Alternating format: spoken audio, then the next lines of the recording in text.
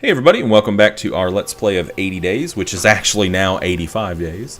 Yes, we did go past the 80-day allotment, but the game still, tells you have to make it back to London. So we're going to try to do it. I mean, we might run out of money. We'll see. As I sat in the downstairs room of our hotel, looking out across the plains, secretly longing for a glass of wine or a cup of coffee, I was approached by a young lady with a wry smile. "May I join you?" "By all means," I answered. She smiled and slid into the seat opposite. "I heard you're a traveler. I heard that you're going around the world." "That is correct." "The whole world? That's so exciting," she said. "The San Francisco Chronicle did a full profile on you both. You're international news." I don't feel like international news," I confided. She smiled. "You sound tired of your adventure." More anxious than tired, I replied. "We are nearing our journey's end." "You are barely halfway around the earth," the girl replied. "Is there not still the great Atlantic to cross?" "There will be a way." She smiled. "I suppose that has been your experience so far." "It has." She shook her head, delighted. "In the last 30 years, we have irrigated this valley, planted crops, and built half of our temple," she said. "Meanwhile, the rest of the world is building a town out of entire countries. I cannot understand it." "Do you wish to travel?" I asked. She fell silent for a moment, and I realized I had reached the heart of the matter. "With all my heart," she said, "but what my family are doing here and what they are building is too important. It needs every hand and every heart to make it fly. But if all else were different, then why, I would hang onto your coattails like a shot, monsieur, and ask you to show me the shores of Europe." "Then you should come," I insisted. "No, monsieur, I should not," she replied, shaking her head. "I cannot pretend my desires come above the needs of my people. After all," she added cannily, "you hardly follow your own desires, do you, monsieur?"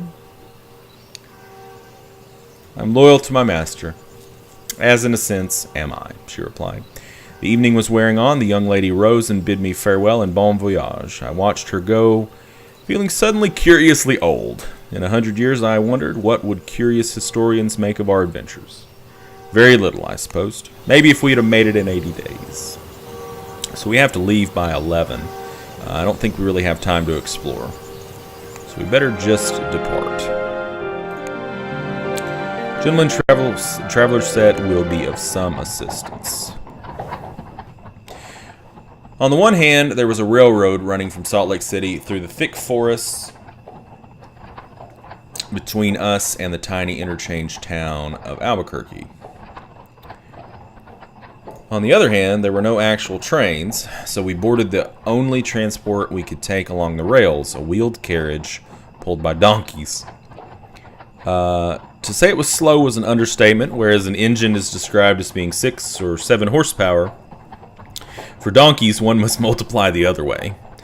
At least our accommodations were comfortable enough, even though it was quickly clear that we would need to revise our travel estimates and in an unfavorable direction.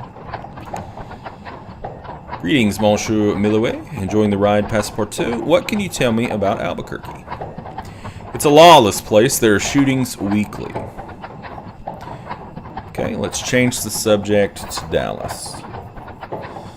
"You mentioned trains. I've been told Atlanta can be reached from Miami aboard the Florida East Coast Railway." We kind of already knew that. Let's talk about New Orleans. On the subject of trains, I've heard my mother once took the Winnipeg and Duluth Railroad from Chicago to Winnipeg. New Orleans to New York? Chicago to Atlanta. Let's see. I still don't know how we're going to get across the Atlantic. What's this? Ponta Delgada. I don't know, but listen, they grow oranges there, I think. Now tell me, what do you make of our country? Incredible. You mean it's too big for human hands? And I'd say you were right. So that would be to Venezuela.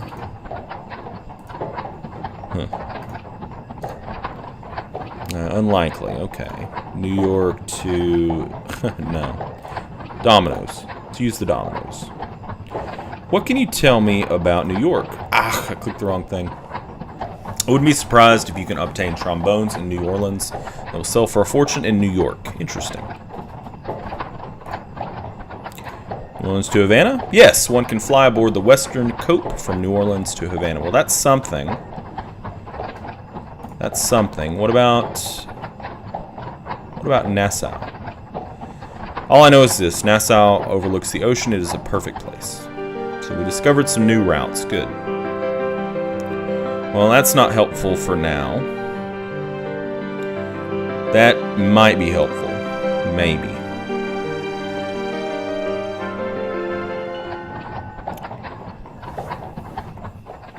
Slow, slow, slow.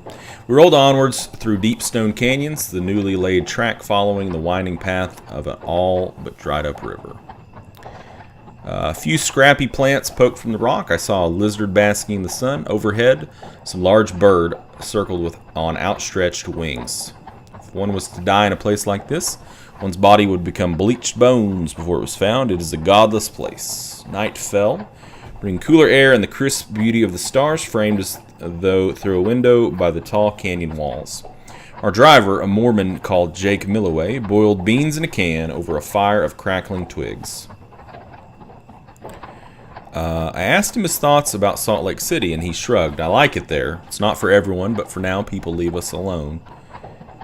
Where did you live before? I picked up the faith in Missouri, he said, just in time to be run out of that town. He was a man of few words, our guide, but a half-decent cook. And when the food was ready, I joined in heartily, more hungry than I had realized. Celebrated maniac Phileas Fogg loses wager. Yep. We slowed down a little on our second day as the line of the railroad began to climb. Albuquerque is the highest point around, Milloway remarked. It's also a place of sin and injustice. And railroads? I hazarded. Certainly, he agreed.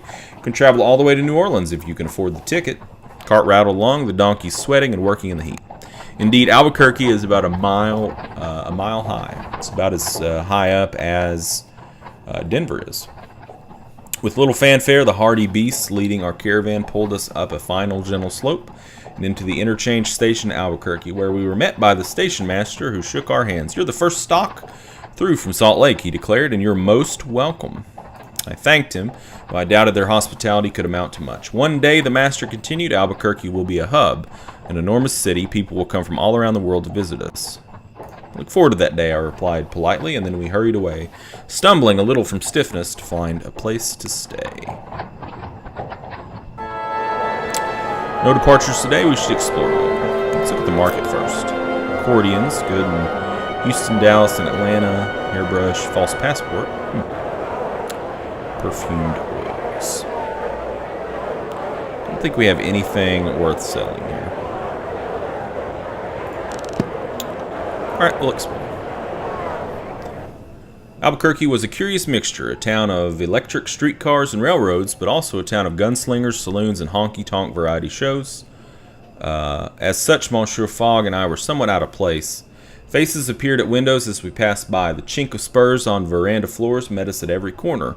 A few jeered and a few laughed. The population of this mountain settlement were mostly Mexican and kept in hand by one Sheriff Perfecto Armijo, whom we encountered as he did his rounds of the local watering holes. You're the Europeans everyone's been talking about, he declared, striding over, thick mustache bristling impressively.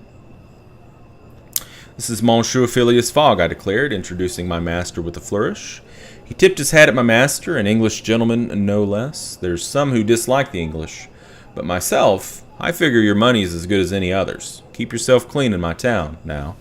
He strode away, gun belt hanging from his hip, star on his shirt. I must admit to being quite simply terrified by the brief encounter and doubled my determination to leave Albuquerque before anything else happened.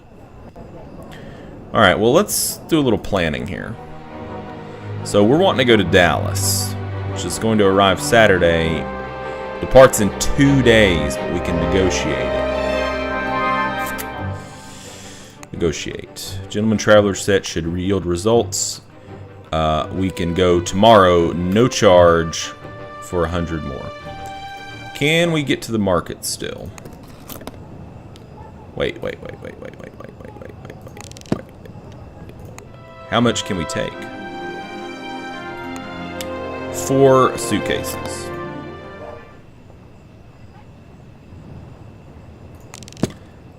Alright. Well, let's grab the accordion. Hairbrush? I don't know.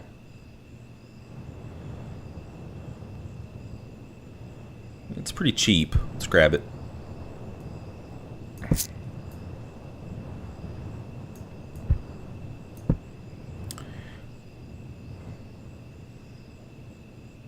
Yeah, let's grab the false passport. You never know when you're going to need it, right? And we'll take the perfume. I like to buy everything. If you guys can't tell, I just buy everything. Alright, let's stay in the hotel. That evening, I was approached by a big tanned man with sharp little eyes and a holster hanging open at his waist. I greeted him politely, and he came up close until he was barely a foot away. "The name's Yarberry," he declared, sticking his hands onto his hips. He reshuffled his gun belt a little. "Is there something I can do for you?" "Good of you to ask." The stranger leant one arm against the wall, blocking me in.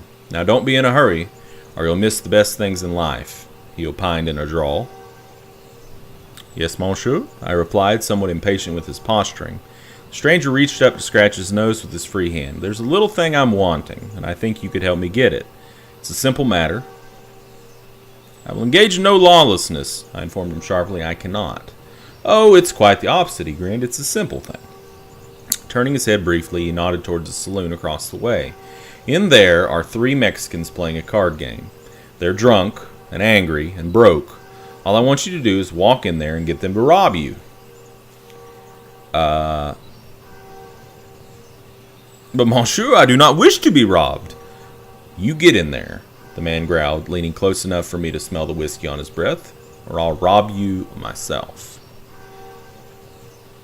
I looked into his eyes and fancied I saw inside a good soul. "I do not understand, monsieur." I do not understand, monsieur." "You don't need to understand," he answered quickly, reaching down to remove his gun from his holster. "You just need to do as I've asked and be sharp about it." The man lifted his arm to release me. I stumbled away across the path, gasping for breath. I swallowed my pride and ran for it. Behind me, I heard the man cursing and swearing, but he was quickly lost from view. A few minutes later, I heard 3 shots echo through the streets. What it meant, I do not know. I returned to my master like a scalded dog and did not leave his side again until we were free of Albuquerque. Whew, that was kind of scary. All right, so I think we're leaving today, right? Yeah, there we go. Need to make some money, guys. Need to make some money. We're going broke. We boarded the Texas and Pacific Railway, a decent stretch of railroad by all accounts, which joined west coast to south. It lacked the speed of an airship, but at least it was reasonably comfortable. Just as the train was preparing to leave, however, it was whistled to a halt by someone outside. The guard stepped down and began talking to someone on the platform. I looked out of the window and saw, to my horror, none other than Monsieur Yarberry, the man who had so shaken me previously. I tried to hear what his argument with the guard was about, but I could only make out a few details. It appeared he was looking for someone. Then, with a gasp of relief, the guard blew his whistle once more, and the train whistled. We began to chuff away down the track, and I slowly relaxed into my seat. I promptly locked myself in the bathroom and did not reemerge for the rest of the day. We're zestful. "Greetings, Madame Minkston. Can I help you? What can you tell me about Dallas?" It's beyond her remit. Okay. Let's talk about New Orleans. On similar trains, I've heard New York is connected to Atlanta by rail.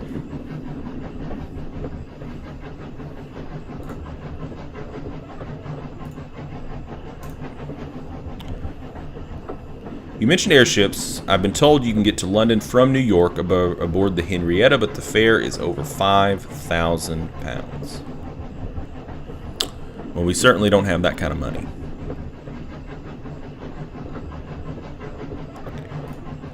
Havana to Port Royal.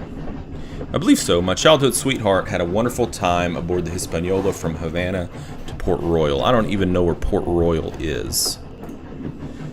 Did you realize that buyers in Freetown will pay a huge amount from buffalo hides from Port Royal? Okay. Port Royal is...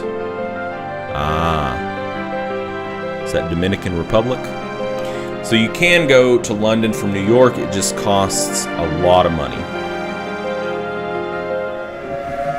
A lot of money. The railroad turned east to south at Dallas, where we disembarked.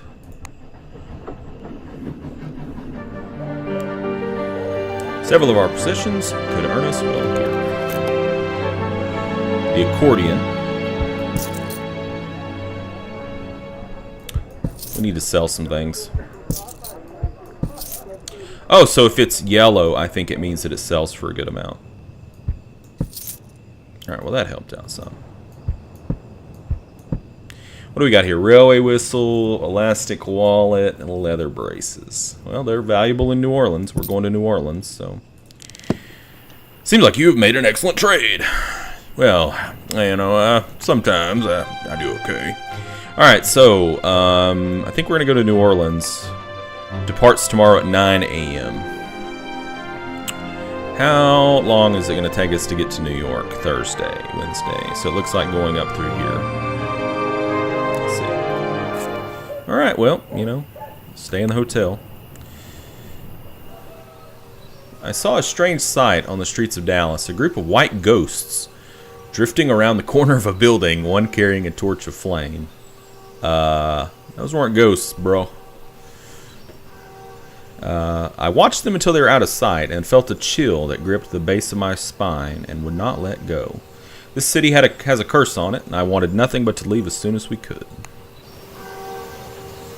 Well, we don't have time to explore. We got to jump on the railway. Let us go to New Orleans. We rejoin the Texas and Pacific Railway for the next stretch of our journey. Oh, it's fog. What do you know about New Orleans? New Orleans is still recovering from the Civil War. What do you know about Washington? You might be interested that one can travel aboard the Paul Revere from Washington to Ponta Delgada. What do you know about Havana? You can buy Cuban cigars in Havana that will sell for a fortune in Ponta Delgada. Where is Ponta Delgada? Really? And there it is. Stretch of track was unremarkable. I passed the time playing dominoes with a nervous Irish soldier who turned out to be a fearsome opponent. I broke even after a pleasant enough back and forth of rounds, during which I learned that the paddle steamers on the Mississippi River are mostly death traps. We entered the evening, and the coastline became visible, and we entered the heady surroundings of New Orleans. So, some of our possessions could be sold handsomely. Leather braces made a little bit of money there. Yeah, sure, we'll sell the false passport. What can we get? Wax cylinder. All right. Trombone's worth a lot of money in New York. That could pay for our airship passage to London, perhaps. Our finances are looking a little better now, but you may need to curb your fashionable tastes. So, all right, we could go to Havana. But I think that's kind of a bad move. I think we go up to New York. That's what I think here. So, departs in 3 days. We can negotiate. What did he say could be altered there? Departure. Alright, well, it's linked to New York. No, we're not going to go to Havana. Okay, so let's try to negotiate that, see what they want to change the departure. Traveling cloak should spur them on. Oh my god.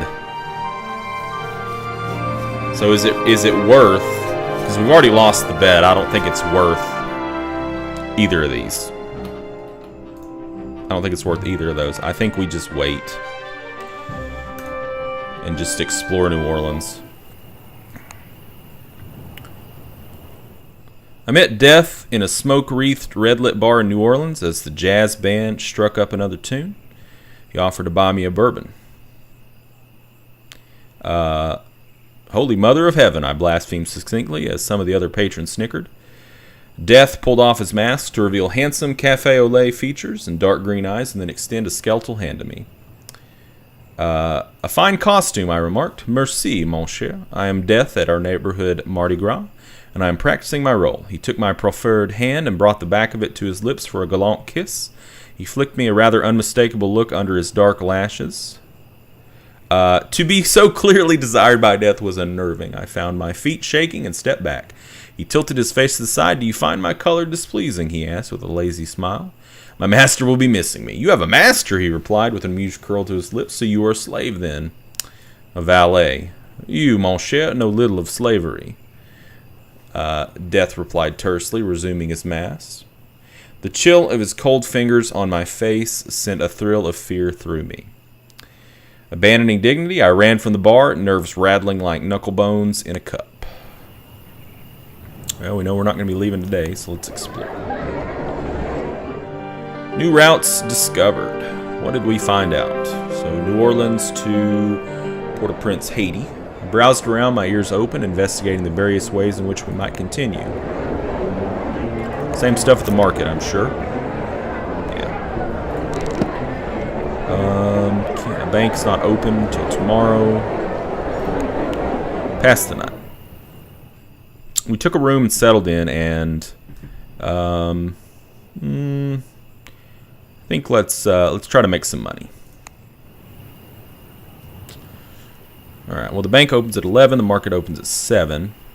Can we get any more money from the bank, just to make sure that we can get over? Monsieur Fogg looked a touch out of sorts. By now, I knew well the dark look in my master's eye.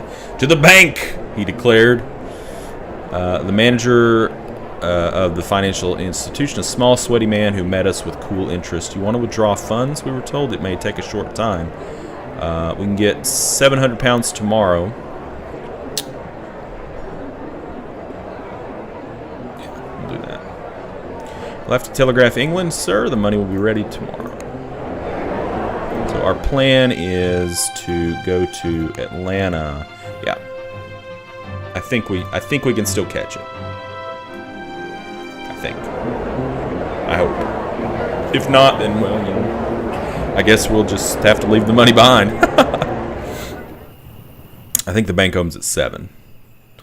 With the last few hours of the evening, I spent a while talking to the hotelier to find out what I could, hearing from her that the quickest way to Houston is to go via Havana. Useful information, no doubt. Bank opens... Oh, we can get our funds at 11. Well, guess what? We're not getting our funds. Oh well. The Piedmont airline from New Orleans was not, in fact, an airline at all, but, according to its advertising, the fastest railway in America. Hardly a bold claim, considering there were only 2 truly significant lines in the continent, but nonetheless, it gave my master some solace when he saw the slogan on the wall of the compartment. Greetings, Monsieur Lagarde. Tickets, please.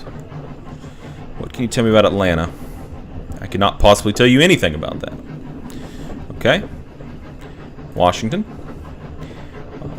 Chicago can be reached. We already know that.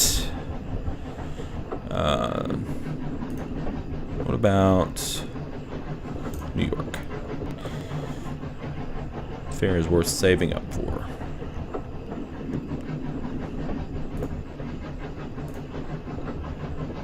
Quickest way to London from here is to go via Washington, is what it says. Well, we need to sell our trombone. Do you play football? Yes. I'm trying to start a league back home. Well, great. Great. Very good. London to... I don't know. What's Snowdon? The quickest way to Snowdon from here is through Washington. Okay, well, what is Snowdon? So there is neither bank nor market in Snowdon. Okay. Snowdon. Snowdon to, I don't know, Point Delgada. Yeah. Seems unlikely. Snowdon to Reykjavik. There are geysers in Reykjavik that go all the way into the earth itself. Did we not find some new routes there? We settled ourselves into a carriage with one other occupant, an extremely large man who introduced himself as Charlie Sullivan, a lad from Birmingham. who had grown into something the size of a warehouse building, with huge tracts of muscle, especially around the neck and upper arms. His mustaches were, nonetheless, perfect. I asked him where he was going, and he replied, New York. I was boxing. I'm going home. I could see he was most likely an excellent boxer, assuming he knew how to operate those colossal arms of his. However, Monsieur Fogg's interest had been increasing sharply throughout the conversation. You were trained? He demanded keenly, or self-taught? I've got a manager, Sullivan replied. He tells me what to hit. Excellent, excellent, Monsieur Fogg enthused. I want to hear all about it. I sat back and enjoyed the conversation. The details of boxing are more intricate than one might expect. And hearing the business of cut and thrust delivered in Sullivan's so very English tones was quite informative.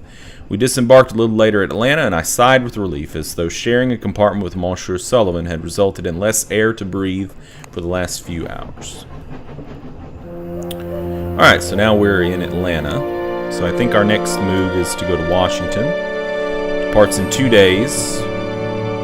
Can take 4 suitcases. The gentleman's cloak would spur them on. It's going to cost 300 pounds more. I don't think we can afford that. I think we're going to have to wait. Alright, we'll stay the night. Atlanta, in the heart of Georgia, is a busy city with construction on every corner. Americans, it seems, do everything by hand, and there were no signs of automata or even steam-powered lifters. Instead, work gangs with pulleys and ropes lifted log beams and stone into the place. Still, the mood of people was positive enough. We may not be much to look at today, mister, declared Stanley Goodman, owner of Goodman's and Goodman's, a curious hardware store, bakery, and bookshop into which I stopped to buy something for lunch. But in a few years' time, we'll be state capital, and after that, who knows? And to what do you attribute Atlanta's great success? I won't lie to you, mister. Being burned to the ground helps to put things in perspective. From here, we're building up and together. I was impressed by the ambition on display, since the town seemed to me to be more of a crossroads of the railways than a city in its own right. And what place did railroads have in humanity's future above the clouds? Well, I suppose we're not departing today, so we're going to explore, right? Alright, now that the time has stopped, I guess this is a pretty good place to actually stop this video. And we're drawing ever so closer to London. We're only on day 93, so we've overshot it just a little bit. Hopefully we can make it before day 100, but I doubt it. Probably be like day 110 or something. So, anyways, thank you guys for joining me, and I look forward to our next meeting in the next video. Game on.